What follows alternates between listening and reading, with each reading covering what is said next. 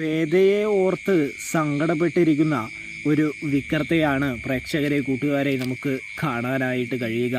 വിക്രമാണെങ്കിൽ വേദയെ ആലോചിച്ച് പൊട്ടിക്കരയാനായിട്ട് തുടങ്ങുന്നൊരു കാഴ്ച കാണാനായിട്ട് കഴിയും, കാണാനായിട്ട് സാധിക്കും. ജയിലിലായിരിക്കുമ്പോൾ നമ്മുടെ വേദയാണെങ്കിൽ, അതായത് വിക്രം ജയിലിലായിരിക്കുമ്പോൾ വേദ കുഞ്ഞിനെ നല്ല രീതിയിൽ പ്രസവിക്കണം എന്നുള്ള ചിന്ത കൊണ്ട് തൻ്റെ കൂട്ടുകാരിയുടെ കൂടെ വേറൊരു സ്ഥലത്തേക്ക്, വേറൊരു സംസ്ഥാനത്തേക്ക് മാറുന്നൊരു കാഴ്ചയാണല്ലോ കാണാനായിട്ട് കഴിയുക. ഇവിടെ അച്ഛനും അമ്മയൊക്കെ വരുമ്പോൾ, പലതവണ വരുമ്പോൾ അവരുടെ വിവരമൊന്നും ലഭിക്കുന്നില്ല, അതായത് വേദയുടെ വിവരം.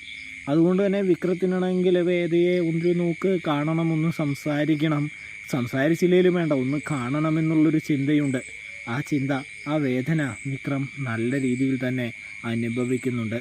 അതുകൊണ്ട് തന്നെ വിക്രമാണെങ്കിൽ ഒരു വിരഹത്തിലേക്ക് പയ്യെ നീങ്ങുന്നുണ്ട്. ദേഷ്യം, വിദ്വേഷം, താൻ എന്തിനാണ് അങ്ങനെ ഒരു തെറ്റ് ചെയ്തത്, അങ്ങനെ ആ സാഹചര്യത്തിൽ ഇടപെടണ്ടായിരുന്നു, തൻ്റെ പ്രാണൻ എവിടെയാണാവോ എന്ന് വരെ വിക്രം ചിന്തിക്കുന്നൊരു കാഴ്ച നമ്മൾ പ്രേക്ഷകർ കൂട്ടുകാർക്ക് കാണാനായിട്ട് കഴിയുന്നുണ്ട് കേട്ടോ.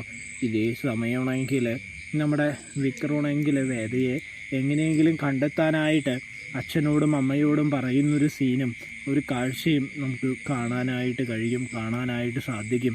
ഇതേ സമയമാണെങ്കിൽ അച്ഛനും അമ്മയാണെങ്കിൽ, മോനെ, അവൾ നീ ജയിലിലാവുന്ന ആ സമയം എവിടേക്കോ പോയതാണ്, ഇതുവരെ പിന്നെ അവളെ കണ്ടിട്ടില്ല.